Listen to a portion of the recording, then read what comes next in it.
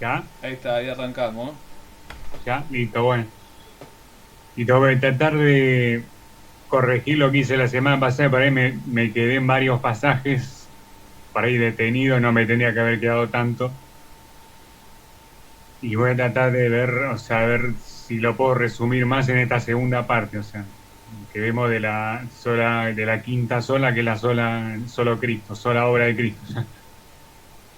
Que venimos viendo, ya vinimos como habíamos visto las otras cuatro, la sola fe ya la vimos, la sola escritura ya la vimos, sola gloria a Dios ya la vimos, sola gracia ya la vimos, y vamos a terminar solo Cristo, la sola obra de Cristo.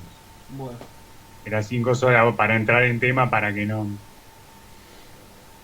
caiga estilo paracaidista, digamos, para que no si va a entrar en el tema. Bueno. Rodri, Y voy a tratar de hacerlo de alguna manera por ahí más resumida de lo que lo hice el jueves pasado. Me di cuenta que el jueves pasado me pasé mucho de rosca. Me di cuenta que me pasé mucho de rosca y como que no. Rodri, Esperá que están hablando, Jorge. Esperá que están. Después, cuando termina él de hablar, hablamos. Hacemos Sí, preguntas. sí, sí. Así que bueno, después vemos cuando se. Voy a tratar de alguna manera hacerlo más resumido. Aparte porque tengo una cantidad más grande de pasajes de la que tenía la vez pasada. Lo que pasa es que la vez pasada me quedé mucho, me centré demasiado en unos pocos pasajes, por eso que no. Y por ahí valía la pena centrarse, pero bueno, o sea, voy a tratar de no este, ocupar un tiempo razonable, o sea, sin pasar por alto así a manera de discurso ninguno de los pasajes, pero tratando de ver, o sea, este, hacer un mínimo comentario por ahí no tan largo de cada uno de los pasajes, porque si no se hace como. eh, Sobre todo si la idea después de dar tiempo para que alguno de ustedes pueda intervenir también, o sea, sea Mariano, Rodrigo, alguno, o sea, sobre todo si es esa la idea, voy a tratar de calcular más o menos una hora. ¿No? Voy a estar hoy, hoy digo cosa de terminar ya todo esta quinta parte de las 5 horas. Pero bueno, la otra vez habíamos quedado en Romanos 5. O sea que Mariano y compañía se habían ido, habíamos quedado Rodrigo y yo, terminando el pasaje de Romanos 5, de Adán y de Cristo. Y de Romanos 6 en adelante vamos este, de todas las citas, tratando de verlas de una manera, este, cosa administrar el tiempo, de manera también poder dejar, o sea, un espacio para que, bueno, uno sí, ya sea para opinar sobre lo que dijimos o sobre lo que pude haber dicho y comentado a alguien más también, o para proponer algún otro tema por ahí, para, inclusive para las próximas charlas también, o sea, de agosto en adelante, ¿no? De agosto hasta noviembre, ponele, que vamos a seguir, para que si a alguno le interesa algún tema en especial y probablemente yo tenga varias citas bíblicas de ese tema, así que bueno. Pero bueno, vamos a arrancar para no dilatarnos más. Citamos uno que es muy conocido, Romanos 6:23. Dice, porque la paga del pecado es muerte, mas la dádiva de Dios es vida eterna en Cristo Jesús, Señor nuestro. Como vieron, alguno estará pensando, volvió a citar por tercera vez en toda esta serie de las 5 solas, como por tercera o cuarta vez, Romanos 6:23. Como había dicho, hay muchos que sirven para varios, o sea, no solamente para una, sino que sirven para un montón, por lo menos para dos o tres. Pero se resalta mucho que el hecho de tener la salvación es una dádiva de Dios, que la vida eterna obviamente es esa dádiva, y que es dada en Cristo Jesús, a través del sacrificio expiatorio de Cristo Jesús, ¿no? Como única vía, ¿no? Para poder alcanzar esa dádiva, ¿no? De Dios, de la vida eterna. No quería dejar de resaltarlo porque, bueno, hay mucho con tanto por ejemplo, Romanos 6 como Efesios 5, por ejemplo, pueden servir para varias, ¿no? O sea, no es algo por ahí definido, decís, tenés tales para esta tales otros para otra, tales otros para otra. A ver, hay muchos que sirven para varias, ¿no? Para combinar varias en un mismo pasaje, ¿no? O sea, eso no es una cosa tan definida exactamente o separada exactamente cada pasaje, sino que a veces hay varios pasajes que te sirven para unas cuantas, ¿no? Pero bueno, uno no quería dejar de señalarlo porque, bueno, o sea, deja bien y claro que la dádiva de la vida eterna es a través de la expiación, del sacrificio expiatorio de Jesucristo. Y solamente a través del sacrificio de Jesucristo. Después vamos a 1 Corintios 3. A los amigos católicos. Bueno, esto es un chiste, ¿no? Pero de 1 Corintios 3:11. Esto lo saqué de una de las fuentes de las que yo me saqué. Era de un debate que se estaba haciendo entre un pastor evangélico y un sacerdote católico, ¿no? Acerca de cuál era el verdadero fundamento de la iglesia, ¿no? O sea, puntualmente era sobre el primado de Pedro, ¿no? Sobre el supuesto primado que Dios le había conferido, o Jesucristo le había conferido a Pedro, y a partir de ahí supuestamente había toda una sucesión papal que viene hasta los días de hoy. O sea, de un debate, ¿no? Estoy tratando de mencionando a la pasada algunas cuestiones de la doctrina católica, que no es el objetivo, ¿no? Pero mencionando la fuente de donde saqué yo este pasaje, no sé, porque fue uno de los pasajes que el pastor utilizó para defender la doctrina o sea, acerca de cuál es el verdadero fundamento, ¿no? Que no puede ser un ser humano, ¿no? Como podría ser ni Simón Pedro, ni ninguno de los apóstoles, sino. Y acá lo pone exactamente y especifica cuál es el único fundamento que se puede poner en la iglesia, ¿no? Como basamento de la iglesia. Acá en 1 Corintios 3:11 dice: porque nadie puede poner otro fundamento que el que está puesto, el cual es Jesucristo. Es un pasaje que muy claro que se explica por sí mismo, ¿no? Como que fundamento no es Pedro, no es Pablo, no de Tarso, no son los apóstoles, no son los patriarcas, no son ni aún los profetas del Antiguo Testamento, es un único fundamento que se puede poner como base de la iglesia, como base de doctrina, ¿no? O sea, como base doctrinal de la iglesia, ¿no?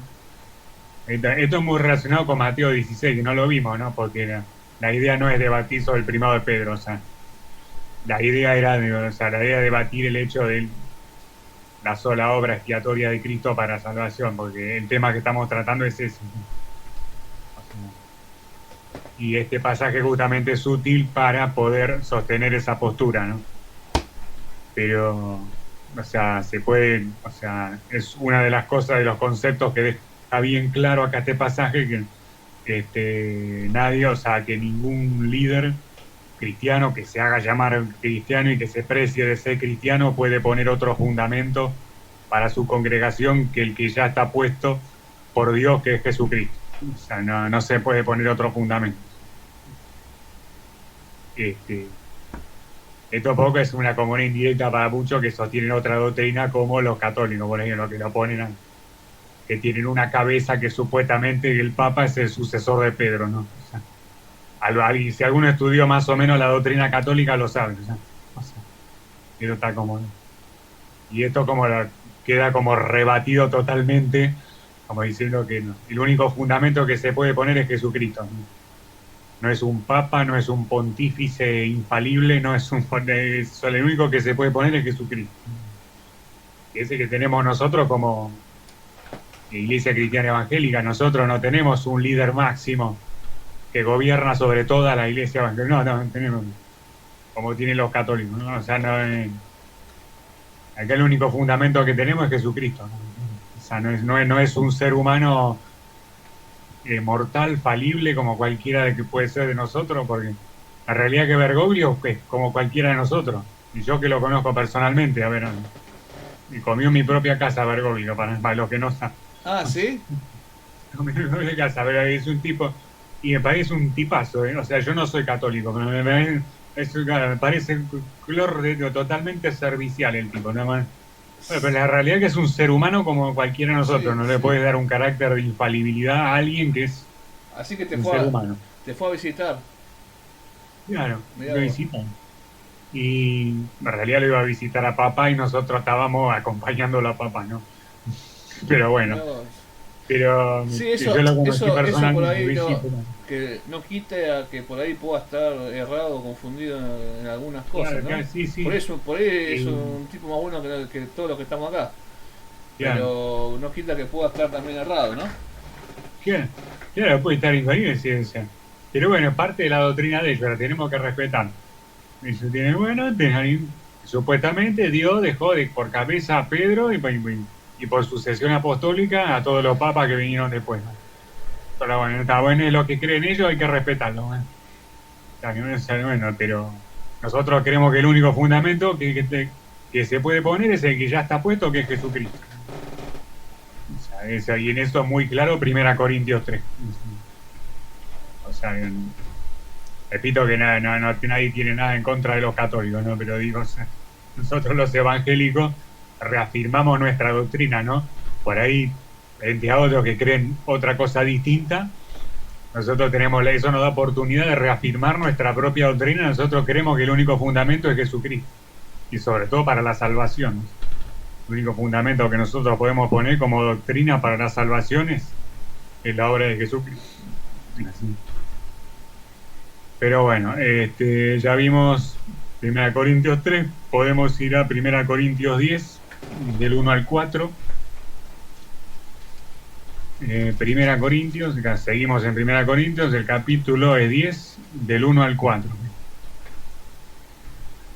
El título es Amonestaciones contra la idolatría. Man. Y a partir del capítulo 10, desde el 1. Porque no quiero, hermano, que ignoréis que nuestros padres todos estuvieron bajo la nube.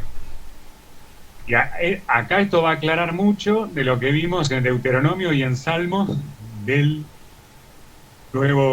Antiguo Testamento. Acuérdense, vimos Deuteronomio y Salmos del Nuevo Testamento refiriéndose a Dios como la roca de la salvación. Eso se acuerdan. Vimos un pasaje de Deuteronomio y un pasaje de Salmo. Bueno, acá en 1 Corintios 10 se aclara específicamente a quién se lo denomina como la roca. 1 Corintios 10, del 1 al 4. Porque no quiero, hermano, que ignoréis que nuestros padres todos estuvieron bajo la nube. Está hablando del desierto, ¿no? De Moisés, de todo. Bueno. Y todos pasaron en el mar. Y todos en Moisés fueron bautizados en la nube y en el mar. Y todos comieron el mismo alimento espiritual. Y todos bebieron la misma bebida espiritual, porque bebían de la roca espiritual que los seguía.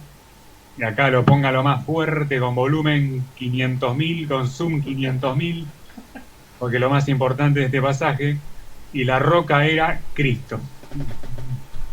Acuérdense de Deuteronomio y de Salmos, que se había mencionado a alguien como la roca de la salvación. Acuérdense, habíamos citado Deuteronomio y habíamos citado Salmos, que se mencionaba a alguien como la roca de la salvación.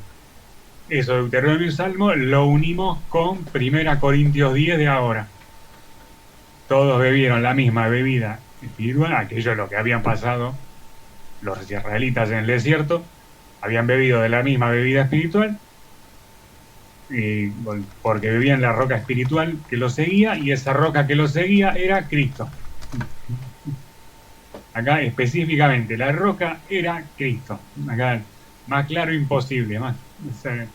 O sea, cuando la Biblia te dice algo, o sea, no te deja lugar a duda, ¿no? Para especulación, que si podía ser Pedro, Pablo, los apóstoles, los patriarcas, los profetas, no, los evangelistas, ¿no? Acá dice claramente quién es la roca. Acuérdense que habíamos visto en Deuteronomio y en Salmos. Deuteronomio creo que era 32, si no me acuerdo, lo tengo que buscar. Y Salmos era 62. Se mencionaba la roca de la salvación. Si esto lo unimos con 1 Corintios 10 acá, se dice claramente a quién se refiere. Incluso vimos el pasaje de los dos cimientos, el que construye la base de su vida sobre la roca y el que la construye sobre la arena.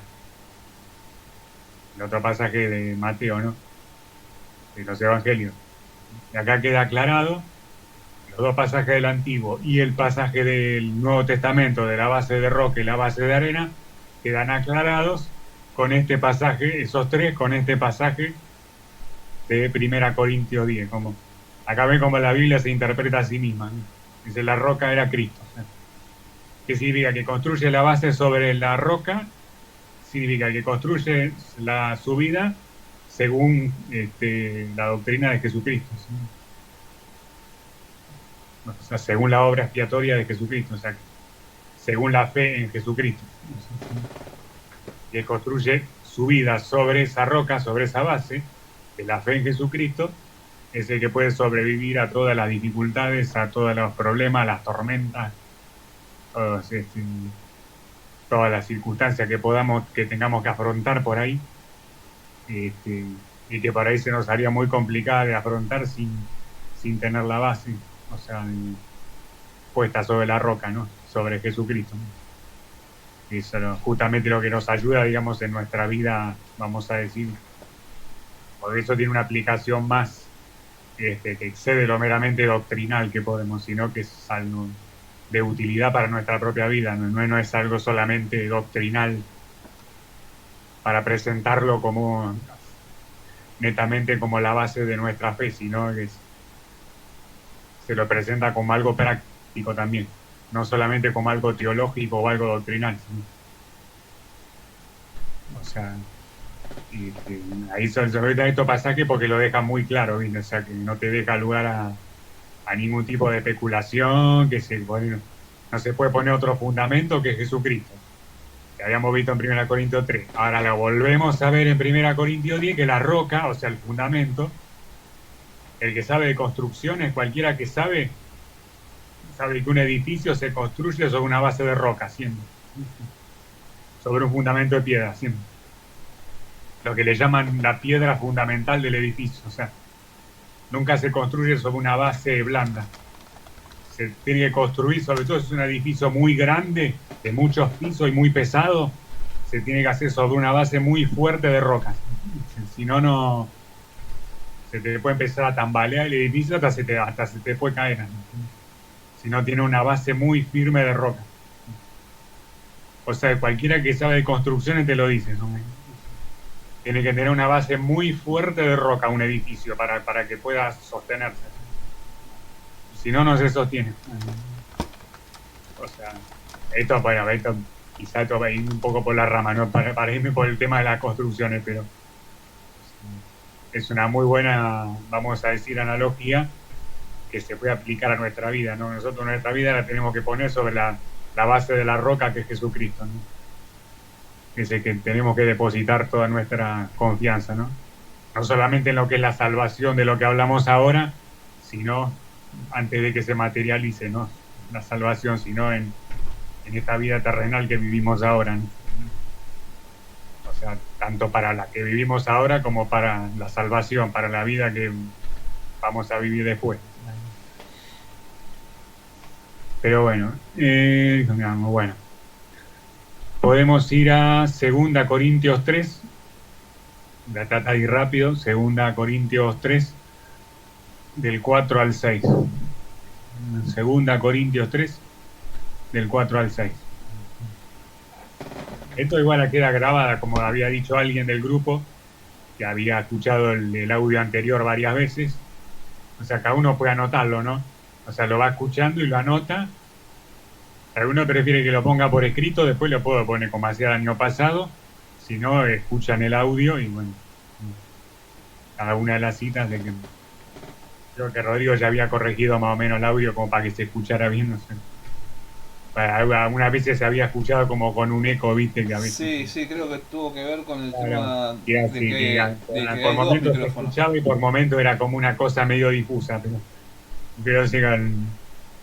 bueno, después se quiere anotar cada uno de los pasajes escuchando el audio, entonces no puede llegar a ser, o sea, Si me dicen que por ahí alguno de los pasajes del audio no se escucha bien, bueno, se lo puedo llegar a pasar de última por escrito después.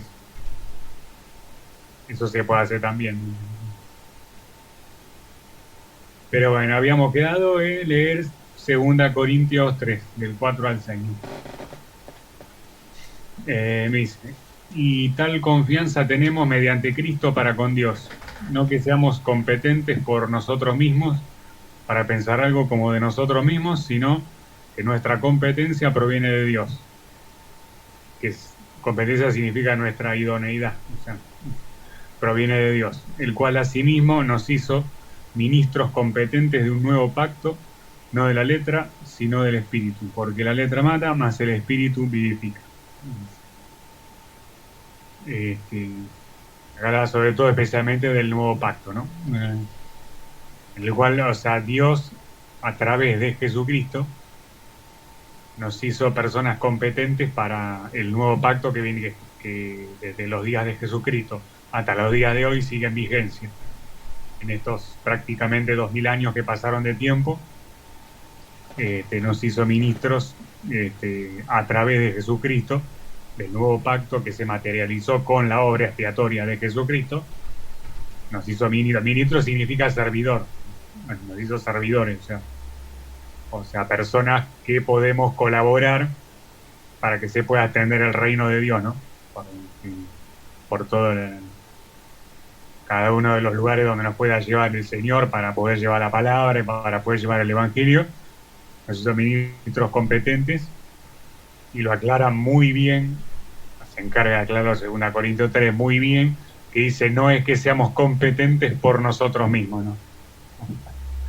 Esto forma parte de la sola gloria de Dios, ¿no? Esto lo podría haber agregado 2 Corintios 3, ¿no? No es que seamos competentes por nosotros mismos o pensando algo de nosotros, sino que viene de Dios. O sea que la utilidad que podemos tener o la idoneidad que podemos tener viene de Dios. Es algo que tiene que ver con el tesoro en vaso de barro, ¿no? Como que es algo que, o sea, el tesoro que tenemos puesto, que nosotros, que es el Espíritu Santo, está puesto sobre nosotros, que no somos más que vaso de barro, ¿no? Que somos frágiles. Para que quede bien resaltado que el poder, o sea, a través del cual podemos hacer todas las obras que Dios nos permite hacer, viene de Él. Y no viene de nosotros, que somos solamente vaso de barro. Somos solamente personas frágiles. O sea, bueno, entonces sirve para resaltar las dos cosas, ¿no? Tanto lo uno como lo otro, ¿no? Para resaltar el nuevo pacto, del cual nosotros somos ministros a través de la obra expiatoria de Jesucristo, y a través de ese nuevo pacto podemos ser ministros competentes para poder extender el reino de Dios en ese nuevo, a través de ese nuevo pacto de la sangre, por la sangre de Cristo, del cual podemos ser ministros o servidores, que podemos de alguna manera ayudar a extender precisamente con la ayuda del Señor, ¿no? Como lo dice claramente acá, ¿no? Que no lo tenemos que tratar de hacer con nuestras propias fuerzas, ¿no? Con nuestra propia humanidad, vamos a decir, ya que se nos señala claramente que acá competencia no tiene que ver con competencia, y tiene el sentido de no de ser competitivo, sino de ser competente, o sea, de ser idóneo, de ser apto o ser útil, lo cual lógicamente, como dice acá, viene de Dios. O sea, el hecho de ser competente, apto, idóneo o útil viene solamente de Dios y no de nosotros, como dice claramente. O sea, que no es algo que nosotros nos podemos llevar algún crédito, ¿no? O algún mérito para nosotros mismos, sino que es algo que Dios permite que nosotros hagamos a través del Espíritu Santo de Él.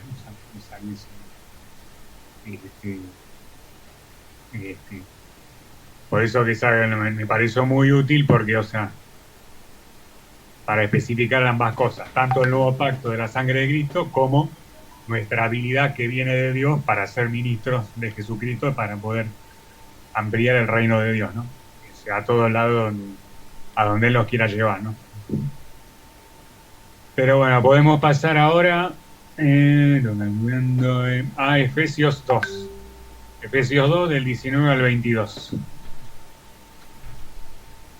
Efesios 2 del 19 al 22.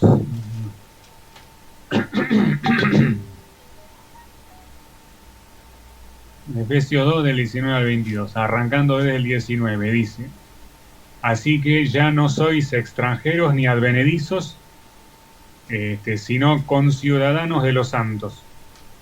Esto era por la antigua alianza, ¿no? Que el único pueblo elegido era Israel y el resto eran los gentiles, ¿no? Extranjero y advenedizo, ¿no? Está hablando de la diferencia que había entre lo que era la antigua alianza y lo que es ahora la nueva, ¿no? Así que ya no sois extranjeros ni advenedizos, sino conciudadanos de los santos y miembros de la familia de Dios. Edificados, y acá habla otra vez sobre el fundamento, con lo cual acá hay que poner énfasis otra vez, porque habla sobre el fundamento también. Edificados sobre el fundamento de los apóstoles y los profetas, siendo, y acá resaltado con volumen al 1500, siendo la principal piedra del ángulo Jesucristo mismo, en quien todo el edificio bien coordinado va creciendo para ser un templo santo en el Señor, en quien vosotros también sois juntamente edificados para morada de Dios en el Espíritu. Es muy similar a lo que vimos, ¿no? En un capítulo en Corintios, ¿no? 1 Corintios 3, ¿no? Creo que era. Vimos en 1 Corintios que nadie podía poner otro fundamento que no fuera Jesucristo, ¿no? Como fundamento principal, ¿no? Como dice acá en Efesios 2, ¿no? Fundamento principal, ¿no? O sea, no se puede poner otra piedra principal del ángulo que no sea Jesucristo. No puede ser Pedro, no puede ser el Papa, con perdón de los católicos, si hay alguno que cree por ahí. O sea, sí, con perdón de alguno, ¿no? Pero, o sea, no es Pedro, no es el Papa, no es... Si bien yo lo conozco y me llevo bien con él, pero no es el Papa, es Jesucristo. No, o sea, y no puede ser ningún líder tampoco evangélico. Por más respeto que le tengamos, por más ungido que pueda estar el líder, pero no puede ser la principal piedra del ángulo, ¿no? Porque no lo puede ser nadie, la realidad es esa. La única principal piedra del ángulo que puede ser es solamente Jesucristo, ¿no? O sea, esto va mucho, esto también se relaciona con muchas otras por ahí religiones o credos cristianos que le dan mucha importancia, tanto a la católica y algunas que son evangélicas, ¿no? Porque a nosotros inmediatamente se nos viene el catolicismo a la cabeza, ¿no? Con los santos, qué sé yo, San Jerónimo, San Hipólito, San Atanasio, y todos los santos que tienen. O sea, y que muchos fue San Francisco, así que, y que muchos fueron grandes hombres de Dios, ¿eh? O sea, no estoy diciendo que todos fueron, muchos católicos que fueron grandes hombres de Dios, ¿eh? O sea, no estoy, o sea, descartando en lo más mínimo, o sea, no sé, muchos fueron hombres de Dios, ¿eh? Pero ninguno califica como principal piedra del ángulo, porque lo dice claramente acá, Efesios 2, no porque Pablo Bertón lo dice, se le ocurre, sino que Efesios 2 lo dice claramente, que siendo la principal piedra del ángulo, Jesucristo mismo. O sea, que nuestra doctrina está edificada sobre el fundamento de apóstoles y profetas. Apóstoles, que fueron los que escribieron, Dios los inspiró para escribir los evangelios y las cartas, porque Pablo era uno de los, de Tarso era uno de los apóstoles, el apóstol de los gentiles, también escribieron muchos de los libros inspirados de la Biblia, y los profetas del Antiguo Testamento también, ¿no? Que los seguimos considerando como personas que fueron inspiradas por Dios y que, o sea, que lo que dijeron los apóstoles del Antiguo Testamento lo consideramos palabra de Dios también, ¿no?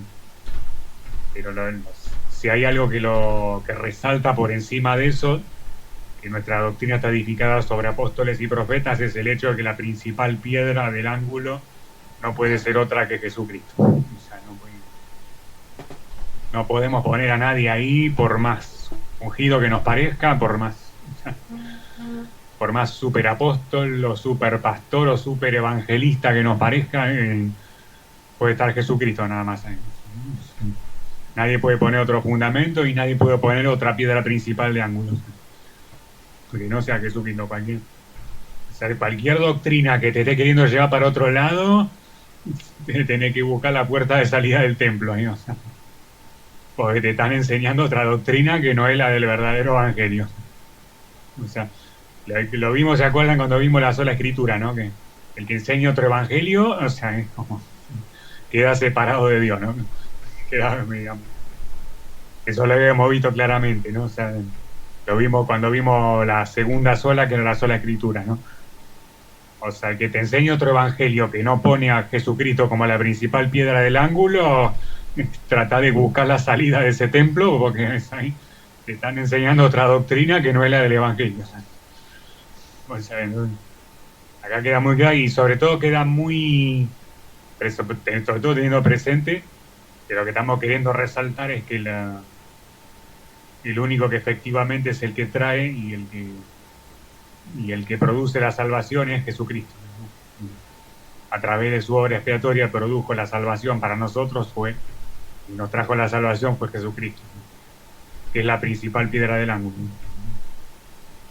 Por eso, acá por ahí, o sea, si uno empieza a analizar, salen otros temas, ¿no? Sobre cuál es el fundamento doctrinal de la iglesia, pero no me quiero detener tanto ahí, sino resaltar el hecho de que, o sea, la principal piedra, o sea, el principal elemento de la iglesia tiene que ser Jesucristo. Si es que es una iglesia verdadera, ¿no? Una iglesia verdadera que se precia de ser verdadera, sí o sí tiene a Jesucristo como principal piedra del ángulo, como figura acá en Efesios 2. Pero bueno, terminado ya, comentado Efesios 2, podemos continuar porque no hay en Primera Tesalonicenses 5. Voy a tratar de ir rápido. Primera Tesalonicenses 5, 8 y 9, son 2 versículos nada más. Primera de Tesalonicenses 5, 8 y 9. Pero nosotros que somos del día, seamos sobrios, habiéndonos vestido con la coraza de fe y de amor y con la esperanza de salvación como yelmo. Porque no nos ha puesto Dios para ira, sino para alcanzar salvación por medio de nuestro Señor Jesucristo. Acá, firmado, sellado, ponerle la firma, ponerle todo acá. Alcanzar salvación por medio y únicamente por medio de nuestro Señor Jesucristo. Acá no hay obra que valga, no hay sacrificio, no autoflagelación, nada. Únicamente por medio de nuestro Señor Jesucristo es que se alcanza la salvación, como dice. A mí me gustan este tipo de pasajes, yo siempre lo digo. Es bueno poder, si bien es cierto que a nosotros nos lo enseñaron, como digo siempre, a nosotros nos enseñaron que la salvación se obtiene solo por Jesucristo, pero lo bueno es cuando uno llega a un nivel, como digo siempre, que uno lo puede verificar, ¿no? Pues ya por cuenta propia, que realmente lo que nos enseñaron está sustentado, muy sustentado en la palabra, ¿no? Todo lo que, o por lo menos mucho de lo que nos enseñaron. Así como nos podemos dar cuenta que muchas cosas que nos enseñaron no están acordes a la palabra, ¿no? Nos podemos dar cuenta de eso también, ¿no? Sí. Nos podemos dar cuenta tanto de lo uno como de lo otro, ¿no? O sea, examinándolo nosotros como la misma Biblia nos lo dice, ¿no? Tenemos que escudriñar la palabra, ¿no? Hablando en un contexto como el nuestro, ¿no? Por ahí alguien que recién se inicia en la fe, por ahí es distinto, o sea, hace falta que ser guiado por alguien que ya se ha consolidado en la fe y que esté enseñando realmente la verdadera doctrina, ¿no? Pero tratándose de personas como nosotros, que ya tenemos cierto nivel de madurez espiritual, podemos examinar la palabra para poder verificar cualquier tipo de, vamos a decir, de doctrina o de enseñanza que se nos esté por ahí, se nos esté dando, se nos esté impartiendo en algún lado. Y bueno, nosotros ya tenemos la capacidad, por tener varios años de cristiano, para poder verificarlo con la palabra, ¿no? Y una de las maneras en la que se verifica esta doctrina de la sola obra de Cristo es en Primera Tesalonicenses 5, sobre todo el 9, ¿no? El 9, ¿no? Que no nos puso Dios para ira, sino para alcanzar salvación por medio de nuestro Señor Jesucristo, y únicamente, ¿no? No hay obra, no hay sacrificio, no hay abnegación, no hay autoflagelación, no hay nada. solo a través de nuestro Señor Jesucristo. Como dice acá en Primera Tesalonicenses 5. Bueno. Ya llevamos 5 más. Bueno, vamos a Primera Timoteo 1. El siguiente pasaje que vemos. Primera Timoteo 1, vamos a tratar de verlo rápido. Primera Timoteo 1, del 12 al 15. Vamos a hablar un poco de la conversión del apóstol de mi tocayo, no de la Biblia, ¿no? Primera Timoteo, 1, del 12 al 15. Del ministerio de Pablo. Del otro Pablo, no de Tarso. Desde el versículo 12. Dice: doy gracias al que me fortaleció, a Cristo Jesús nuestro Señor, porque me tuvo por fiel poniéndome en el ministerio. Habiendo yo sido antes, yo lo cité para otra de las olas, ¿no? Pero bueno, vean, como sirve para esta sola de Cristo también, habiendo yo sido antes blasfemo, perseguidor e injuriador, mas fui recibido a misericordia porque lo hice por ignorancia, en incredulidad. Pero la gracia de nuestro Señor fue más abundante con la fe y el amor que es en Cristo Jesús, palabra fiel y digna de ser recibida por todos, que Cristo Jesús vino para salvar a los pecadores, de los cuales yo soy el primero. Me acuerdo que lo usamos para la sola gracia. Bueno, pero se puede usar para solo Cristo también. Para la sola obra de Cristo, ¿no?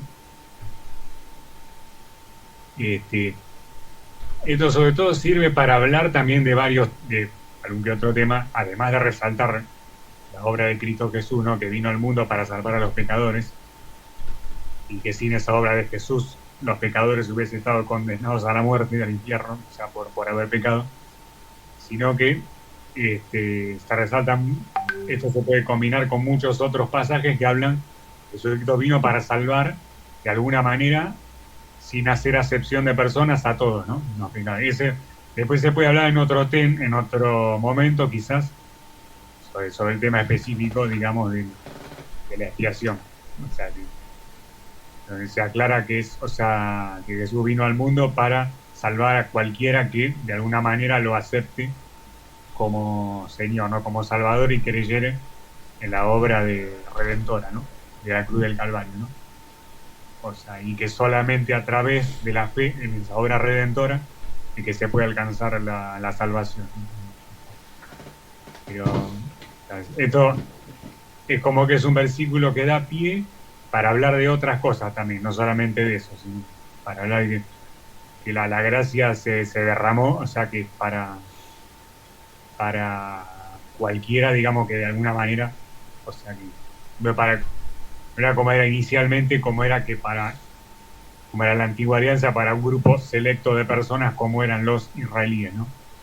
Los judíos de la antigua alianza, sino que a través del nuevo pacto, cualquiera que crea, Jesucristo vino al mundo para hacer la obra expiatoria, cualquiera que crea en la obra expiatoria tiene acceso a la salvación, ¿no? Al contrario de lo que era la antigua alianza, en la nueva alianza tienen todos acceso, ¿no? Eso se puede ver en muchas otras citas. Después podemos ver detalladamente ese mismo tema, ¿no? Que es digno de ser tratado el tema, porque sé que es un tema en el cual hay divergencia muchas veces de opiniones, sobre si la expiación es para unos pocos o es para todos.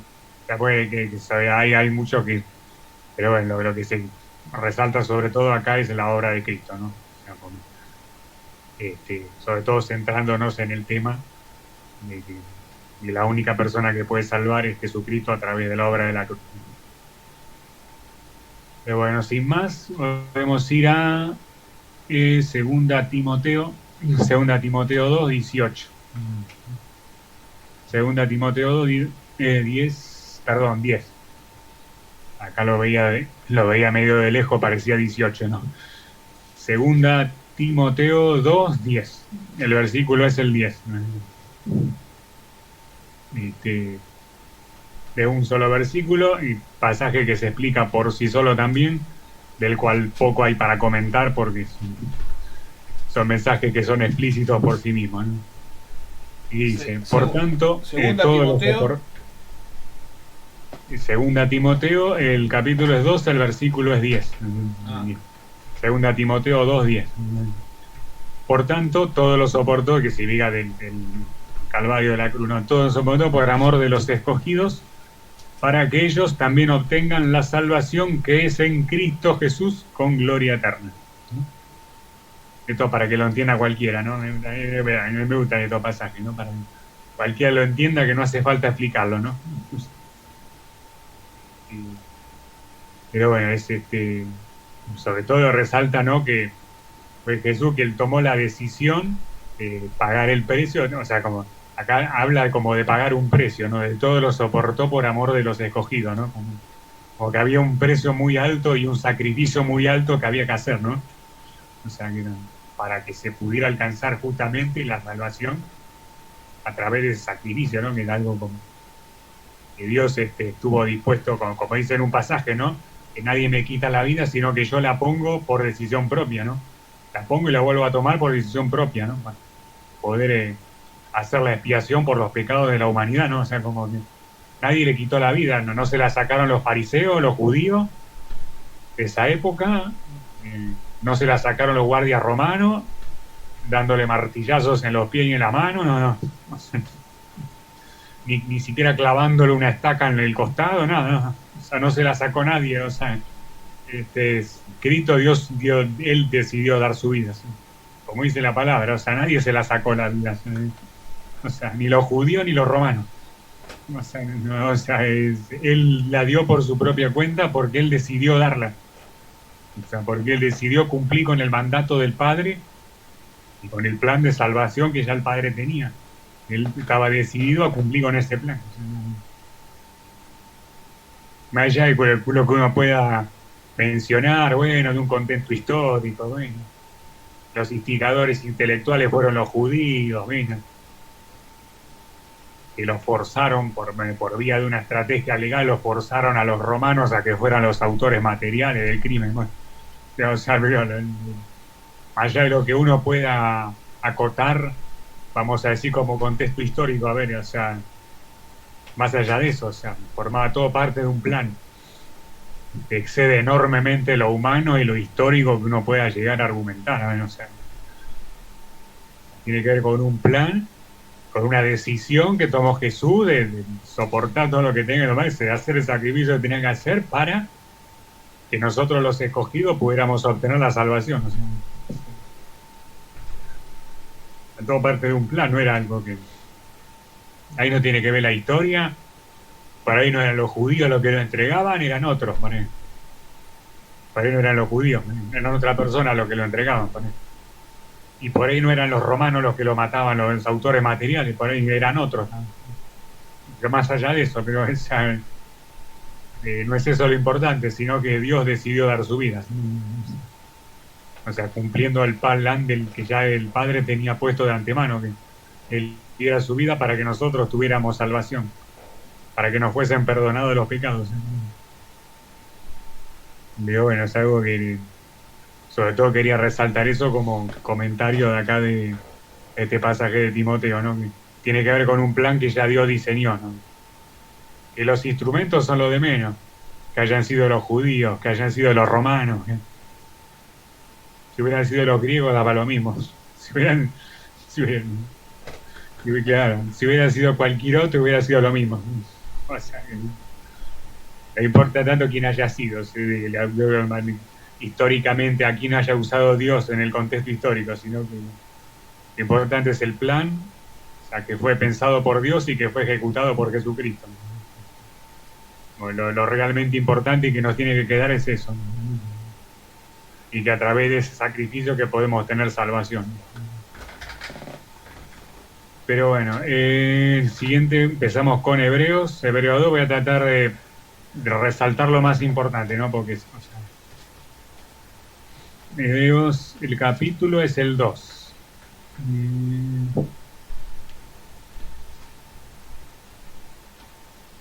Hebreos 2, sí. Voy a tratar de ser rápido. Hebreos 2, donde se menciona claramente, el título de Hebreos 2 habla por sí mismo, ¿no? El autor de la salvación, ¿no? Lo voy a hacer muy recortado y voy a hablar porque me quedan varios. Voy a hacer solamente los versículos clave, ¿no? En Hebreos 2, del 5 al 18, pero solamente voy a resaltar un versículo, o dos versículos nada más, de Hebreos 2. Hebreos capítulo 2, el que estamos viendo ahora. El versículo es el 9. Para verlo bien, pues, está el número chiquito. El 9, sí. Hebreos 2, el versículo 9. El título está para resaltarlo, está como para decirlo, es el autor de la salvación, que todos sabemos quién es, ¿no? Más demostración de solo Cristo o sola obra de Cristo, no tenés más que leer el título de Hebreos 2, que es el autor de la salvación. Pero para acortar el tiempo desde el 9 solamente lo voy a leer. Pero vemos a aquel que fue hecho un poco menor que los ángeles, a Jesús, coronado de gloria y de honra a causa del padecimiento de la muerte, para que por la gracia de Dios gustase la muerte por todos. Porque convenía a aquel por cuya causa son todas las cosas y por quien todas las cosas subsisten, que habiendo de llevar muchos hijos a la gloria, perfeccionase por aflicciones al autor de la salvación de ellos. Muy claro, ¿no? Y a través del sacrificio y del padecimiento de Jesucristo, que se le dio justamente este título que se le da en Hebreos 2, ¿no? A causa de haber hecho el sacrificio expiatorio de la cruz, se le dio el título de autor de la salvación, de único y posible autor de la salvación, que es Jesucristo, ¿no? A través de la obra que hizo en la cruz. Esto es como para leerlo todo, ¿no? Porque si hay un libro de la Biblia que es muy descriptivo y describe muy bien todos estos conceptos, es el libro de Hebreo, pero como por una cuestión de que estamos con el tiempo por ahí limitado, es que voy a leer solamente los versículos que son más importantes, vamos a decir, como era este, ¿no? Que a través de todo el sacrificio, de las aflicciones que tuvo que pasar Jesucristo, fue que puede ser considerado el autor de la salvación para todos nosotros, los que aceptamos y creemos en esa obra expiatoria. Y podemos leer desde el 14 y 15 nada más. Así que por cuanto los hijos participaron de carne y sangre, él también participó de lo mismo. Quiere decir que se reencarnó, que se encarnó. Al igual que nosotros somos seres encarnados, él participó de lo mismo, ¿no? De ser alguien encarnado. Para destruir por medio de la muerte al que tenía el imperio de la muerte, o sea, al diablo. Y librar a todos los que por el temor de la muerte estaban durante toda la vida sujetos a servidumbre. A entender que el único que venció realmente al imperio de la muerte fue Jesucristo, ¿no?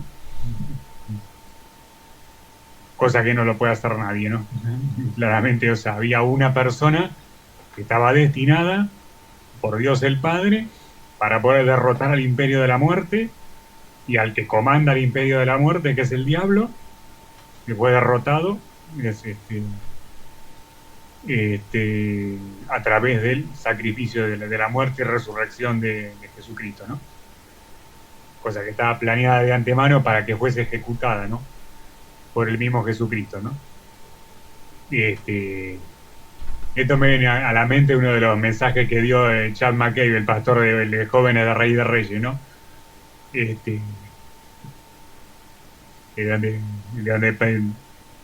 Donde de alguna manera mencionaba mucho un término que se usa en el ajedrez, que es el término jaque mate, ¿no? Que se usa mucho el término del ajedrez, ¿no? Bueno, esta fue como la movida de Jesús con la que le hizo jaque mate al diablo, ¿no? Con la obra expiatoria de la cruz, ¿no? Destruir por medio de la muerte al que tenía el imperio de la muerte, o sea, el diablo, y librar a todos los que por el temor de la muerte estaban sujetos toda la vida a servidumbre, ¿no? Por el temor al diablo, ¿no? Al temor a la muerte. Y muchas veces eso me viene a la cabeza el mensaje que había dado el pastor de jóvenes de Rey de Reyes. Dice, cuando el diablo creyó que le había hecho jaque mate a Jesucristo, terminó siendo totalmente al revés. Fue Jesucristo el que le hizo jaque mate al diablo. Y el jaque mate cambió de mano con muchísima rapidez cambió de manos el jaque mate. Cuando el diablo creyó que le había hecho jaque mate a Jesús, o sea, matándolo en la cruz del Calvario, al tercer día el jaque mate cambió de mano, ¿no? El jaque mate se lo quedó el diablo, ¿no?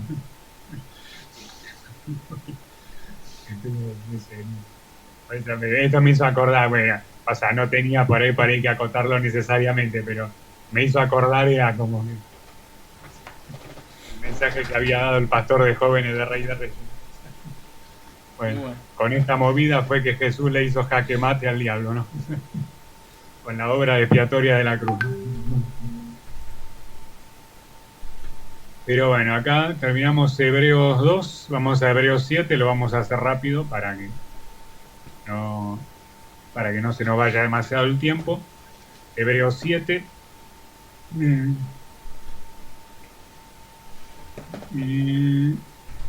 Del 22 al 28. Lo vamos a hacer rápido. Hebreos 7, del 22 al 28. Por tanto, Jesús es hecho fiador de un mejor pacto. Y los otros sacerdotes llegaron a ser muchos, los sacerdotes del antiguo pacto, sumo sacerdote judío, ¿no? Debido a que por la muerte no podían continuar. Mas por cuanto permanece para siempre, porque Jesucristo, él como verbo, tiene vida para siempre, tiene un sacerdocio inmutable, por lo cual puede también salvar perpetuamente a los que por él se acercan a Dios, viviendo siempre para interceder por ellos. Porque tal sumo sacerdote nos convenía, santo, inocente, sin mancha, apartado de los pecadores y hecho más sublime que los cielos, que no tiene necesidad cada día, como aquellos sumos sacerdotes, de ofrecer primero sacrificio por sus propios pecados y luego por los del pueblo, porque esto lo hizo una vez para siempre, o sea, Jesucristo, ofreciéndose a sí mismo, porque la ley constituye sumos sacerdotes, la ley del antiguo pacto, no está hablando, sumos sacerdotes judíos, ¿no?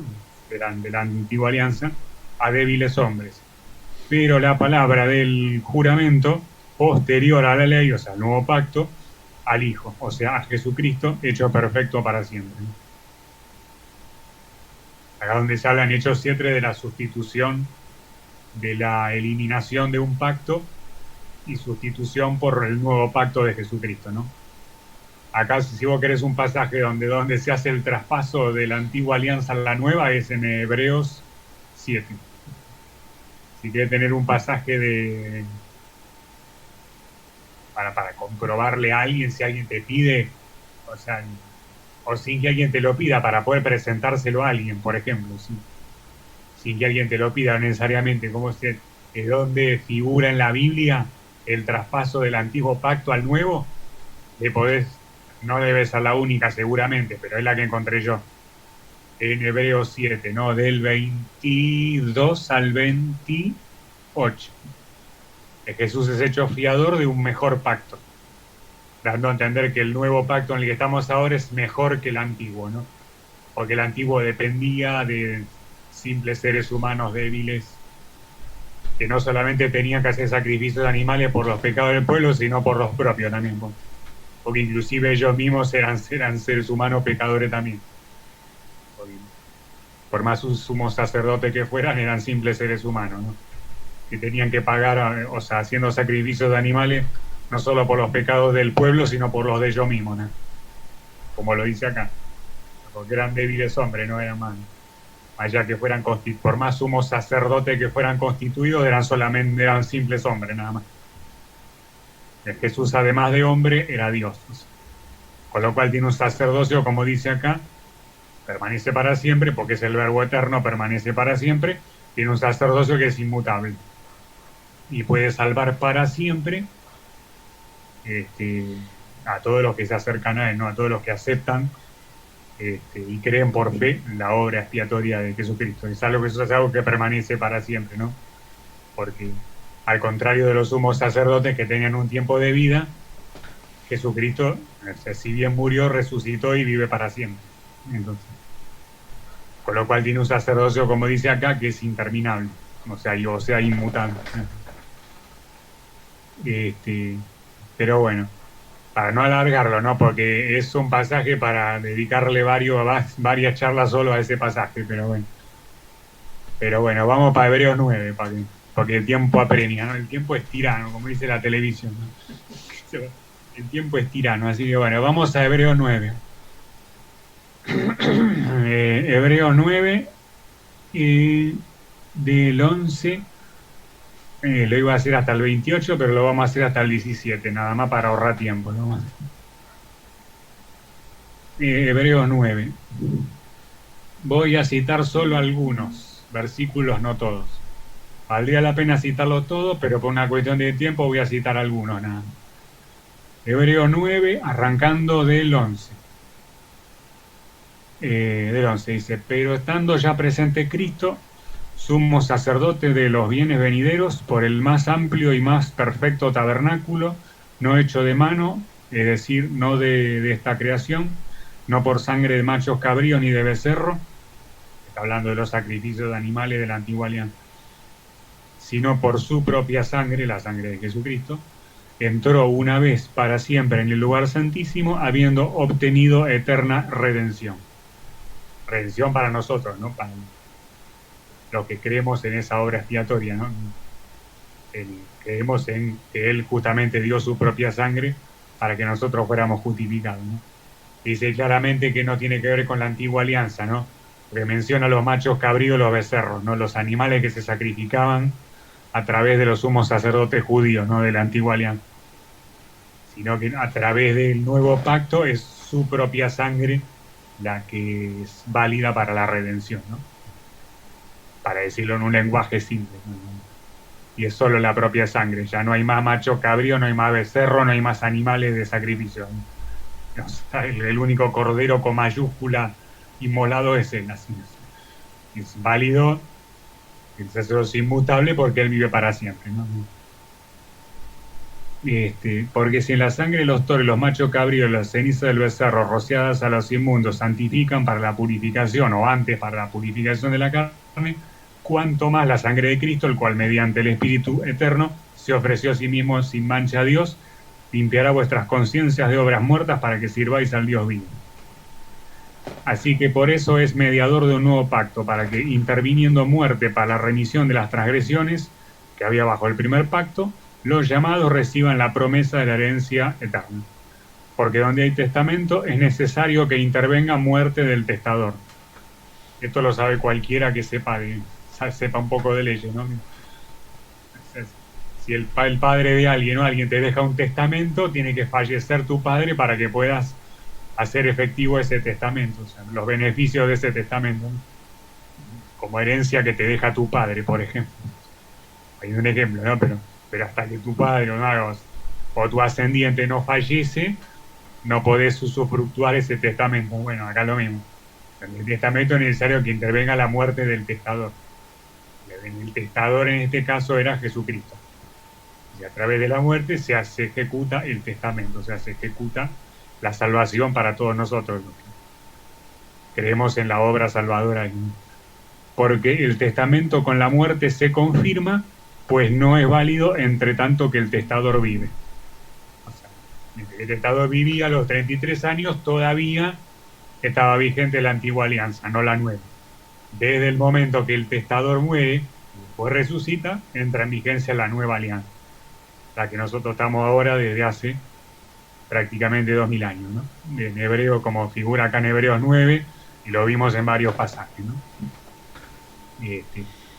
Acá donde da de baja, y sobre todo porque les habla a los hebreos, ¿no? Los judíos, ¿no? Que estaban muy aferrados a la antigua alianza, ¿no? Todo lo que eran las ceremonias, sacrificios de animales, todo, a todos esos están totalmente aferrados a toda esa estructura, ¿viste? Sobre todo aquí ver a quién le está hablando, una carta a los hebreos, no sé, a los judíos, ¿no? Le está hablando, a los judíos que eran de hueso colorado, que estaban totalmente sujetos a todo su sistema de leyes y de sacrificios. Algo que me gusta resaltar es el 22, que dice que sin derramamiento de sangre no se hace remisión. O sea que hacía falta que hiciera el derramamiento de sangre de Jesucristo para que a nosotros nos fueran remitidos, o sea, nos fueran eliminados todos nuestros pecados, ¿no? Después se puede leer el 24, dice, porque no entró Cristo en el santuario hecho de mano, figura del verdadero, sino en el cielo mismo para presentarse ahora por nosotros ante Dios. El 26 se puede nombrar también, dice, en la consumación de los siglos se presentó una vez para siempre por el sacrificio de sí mismo para quitar de en medio el pecado. Y se puede citar el 28 también, que dice, así también Cristo fue ofrecido una sola vez, o sea, de la manera que está establecido para los hombres que mueran una sola vez y después de esto el juicio, así también Cristo fue ofrecido una sola vez para llevar los pecados de muchos. Y aparecerá una segunda vez sin relación con el pecado para salvar a los que le esperan. Pues con todos estos pasajes de Hebreos vemos la sustitución de alianza, ¿no? De la antigua a la nueva, ¿no? O sea, lo que era el antiguo sistema de ceremonial, de rituales, de sacrificio de animales, de sumo sacerdote judío, de todo. Acá todo eso lo da de baja. Bueno, todo eso, tírenlo porque no sirve más. Hay un solo cordero que hizo un solo sacrificio y es para siempre. No más macho cabrío, no más becerro, no más sacerdotes, sumo sacerdote judío, no más nada. Acá hay un solo sumo sacerdote y Jesucristo. Hizo derramamiento de sangre una sola vez para que todos los que creyeran en esa obra salvadora pudieran tener la vida eterna. Y como que le tira para abajo todos los esquemas que tenían, ¿no? Los hebreos, ¿no? Los judíos que estaban muy aferrados a todo su sistema de la antigua alianza, ¿no? Pero bueno, hay que tener en cuenta también el contexto justamente a quienes les hablaba, ¿no? Tipo que era introducirles esas ideas, era como que eran, si bien algunos los aceptaron, la mayoría como que lo miraron de costado a Jesús como mucho como eso se vio en la historia. De hecho, la mayoría de los judíos todavía no lo aceptan a Jesús como Mesías. Eso es algo que aún casi 2000 años después todavía sigue pasándose. Si bien algunos judíos que formaron la secta de los nazarenos originales, que venimos a ser, que devenidos en lo que somos ahora los cristianos, lo aceptaron, o sea, Jesús como Mesías, pero no fue lo que pasó con la mayoría de los hebreos de aquella época. O sea, hay que tener en cuenta también el contexto, ¿no? A quienes les estaba hablando y la dificultad de que este mensaje llegara y que se cristalizara, ¿no? Era algo bastante difícil. Pero bueno, podemos leer Hebreos 12, le prometo que es uno de los últimos. Hebreos 12, un solo versículo de Hebreos 12, porque veo que ya pasó una hora, estarán algunos impacientes. Bueno, Hebreos 12, bueno, son uno de los últimos, le prometo. Yo cuando prometo algo no miento, es uno de los últimos. Yo cuando prometo algo es verdad. Bueno, quedan este y un par que son cortitos nada más. Hebreos 12, va.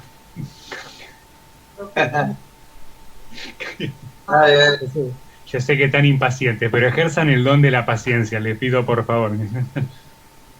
Ejerzan el fruto del Espíritu Santo, que es uno de los frutos que se acuerdan de Gálatas 5 es el Espíritu Santo, así que les pido por favor. Pero bueno, vamos a Hebreos 12, vamos a ver uno solo, el 24, que menciona a Jesús como el mediador del nuevo pacto y la sangre rociada que habla mejor que la de Abel, ¿no? ¿Se acuerdan quién era Abel, no? Para probar la memoria de algunos, ¿no? En Génesis capítulo 4, ¿no? Fue el hermano de Caín, que fue asesinado por Caín, justamente, ¿no? Acá en este pasaje de Hebreo 12, al igual que vimos en uno de los anteriores de Hebreos, que creo que era 7, mediador del nuevo pacto, ya lo voy a ver, para. Hebreos era el capítulo 7, sí, era el 7. El fiador del nuevo pacto, sí. Que queda revalidado acá en Hebreos 12. Jesús, el mediador del nuevo pacto, ¿no? En Hebreos 7, fiador de un mejor pacto. Mejor significa uno nuevo, ¿no? Acá lo vuelve a revalidar lo que estaba en Hebreos 7, en Hebreos 12, Jesús como mediador del nuevo pacto, cuya sangre rociada habla mejor que la de Abel. Incluso esto está hablando bien de Abel también, ¿no? Porque ya que te compare a Jesús como mejor que Abel, como diciendo, apa, lo está poniendo en una buena posición a Abel, más allá de que lo está poniendo a Jesús como supremo, ¿no? Mediador del nuevo pacto, ¿no?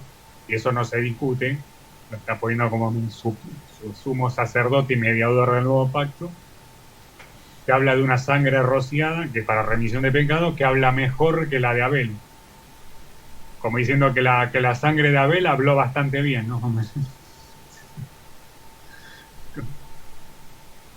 Como que fuese sangre, entre comillas, inocente, ¿no? Que fue derramada a mano de su hermano Caín, ¿no? En el pasaje de Génesis 4, ¿no?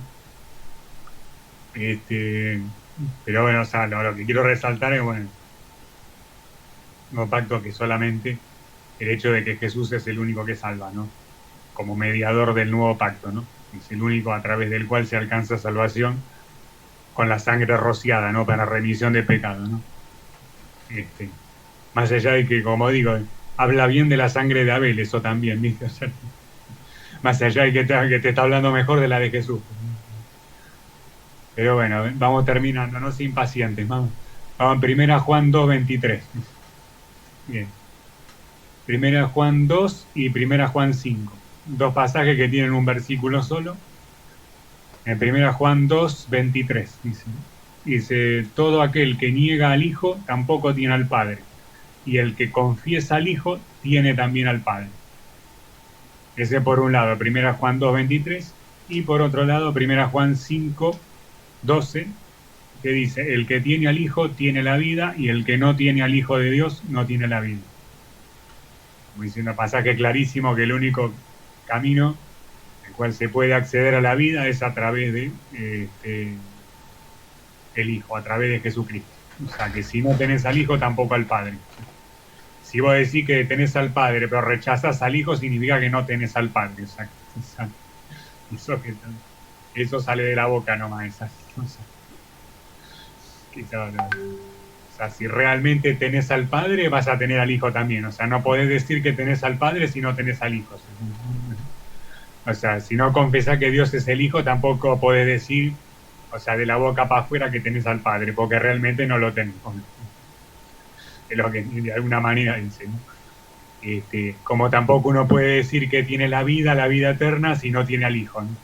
Si no acepta a Jesús como Hijo y como mediador del pacto. Tampoco uno puede decir que tiene acceso a la vida eterna, porque no sería congruente una cosa con la otra, ¿no? Si realmente vos decís que tenés vida eterna y estás asegurado en tu conciencia que tenés vida eterna, sí o sí es porque aceptaste al Hijo en tu corazón, es porque aceptaste a Jesús en tu corazón, ¿no? Como único posible autor de la salvación. Así. De lo contrario, eso de tener vida es como... Alguna cosa tiene que ser congruente con la otra, ¿no? Si decís que tenés vida eterna, tenés que confesar a Jesús como Salvador, si no, para que pueda ser realmente congruente lo uno con lo otro, ¿no? Pero bueno, les prometo, bueno, ahora son los últimos dos, les prometo. Yo lo que prometo lo cumplo, ¿eh? Soy un tipo de palabra. Segunda Juan 1:9. Dice, cualquiera que se extravía y no persevera en la doctrina de Dios, no tiene a Dios. Pero el que persevera en la doctrina de Cristo, ese sí tiene al Padre y al Hijo. Significa que cuál es la manera de tener al Padre y al Hijo, el perseverar en la doctrina de Cristo, ¿no? Viene como muy de la mano con lo que habíamos visto de primera Juan, ¿no? Lo de segunda Juan es como una continuación, ¿no? Que uno no puede decirse a sí mismo que cree en Dios, que cree en el Padre y rechaza a Cristo, ¿no? Es como no es congruente lo uno con lo otro, ¿no? sí o sí, si vos decís que tenés al Padre, tenés que perseverar en la doctrina de Cristo. Bueno, qué sé.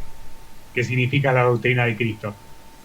Porque alguno puede decir, ya sé que yo sé que Cristo murió y dio su sangre por los pecados. La doctrina de Cristo significa tomar la cruz, significa todo lo que significa, ¿no? Que no es cuestión de describirlo con demasiado detalle. Ahora, esa es la doctrina que Dios dejó sentada en todo el Nuevo Testamento, ¿no? Él persevera en esa doctrina de Cristo, ¿no? Negarse a sí mismo, tomar la cruz, bla, bla, bla, y todo, y la mar en coche, ¿no? O sea, el que persevera en esa doctrina es el que tiene realmente al Padre y al Hijo, ¿no?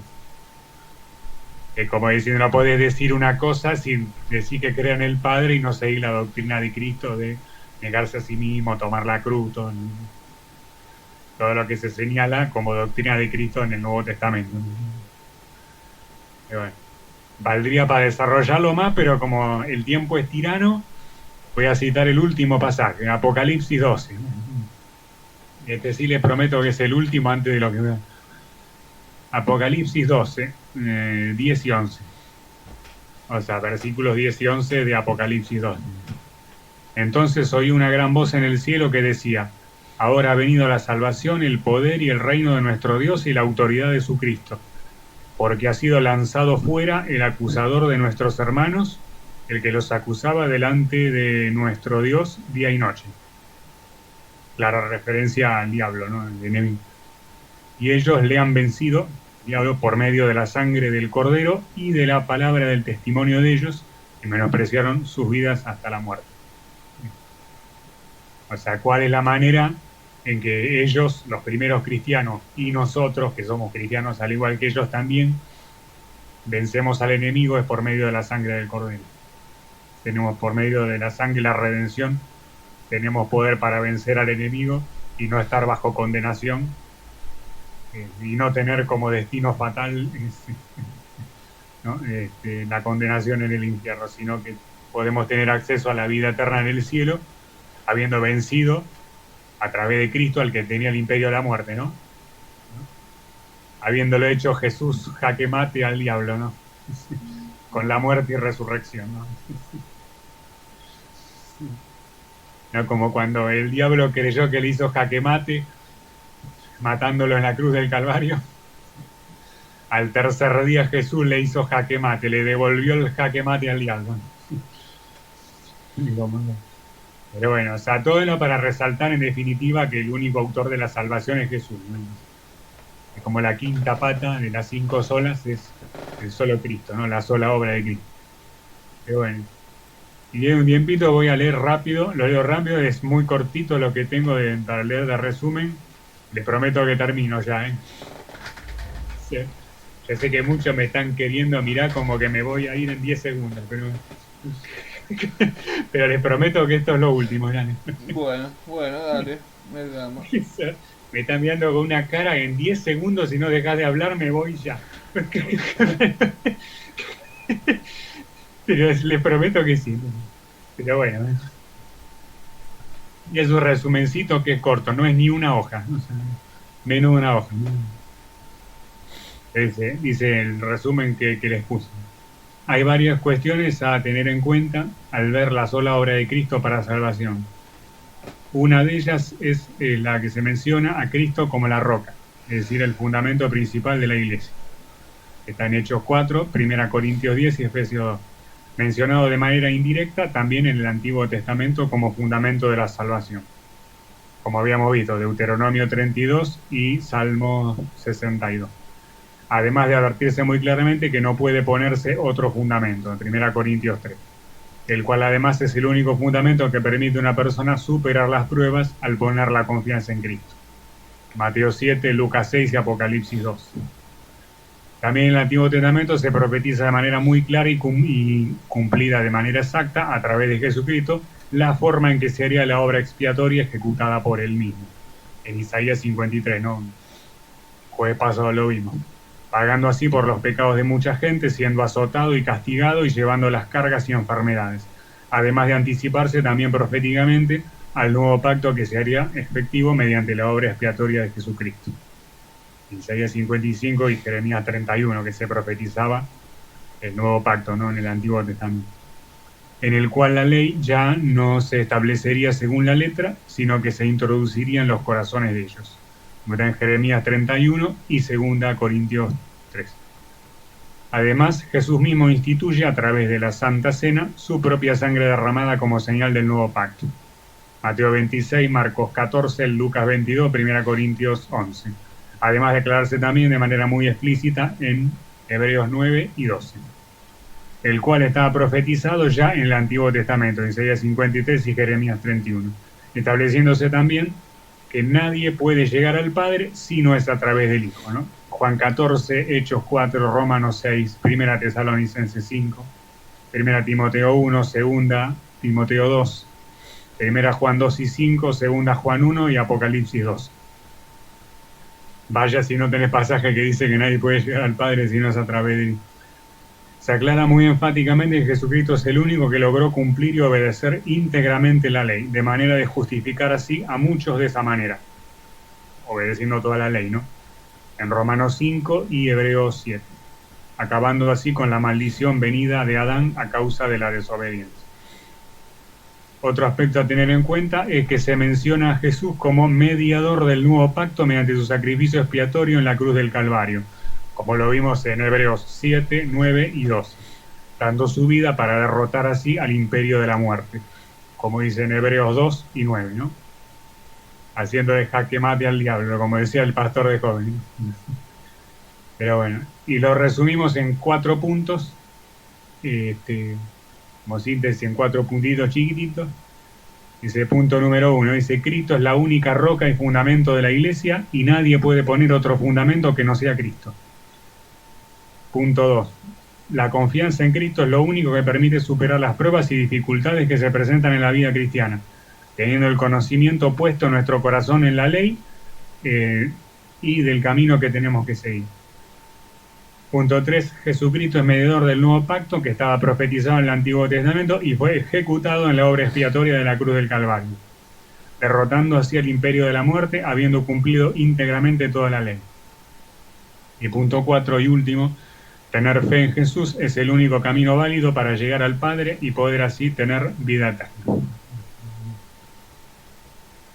Acá sí prometo que termine. Bueno, muy bueno, Pablo, muy bueno.